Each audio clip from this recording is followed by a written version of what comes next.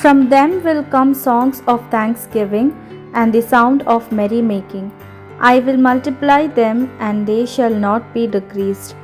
I will make them honored, and they will not be disdained. Jeremiah chapter 30 verse 19. ಆ ಸ್ಥಳಗಳಲ್ಲಿ ಜನರು ಸ್ತೋತ್ರ ಗೀತೆಗಳನ್ನು ಹಾಡುವರು.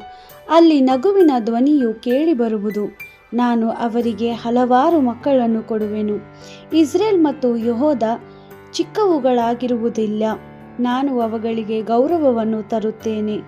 ಯಾರು ಅವುಗಳನ್ನು ಕೀಳಾಗಿ ಕಾಣುವುದಿಲ್ಲ. ಯೆರೆಮೀಯ ಅಧ್ಯಾಯ 30 ವಚನ 19.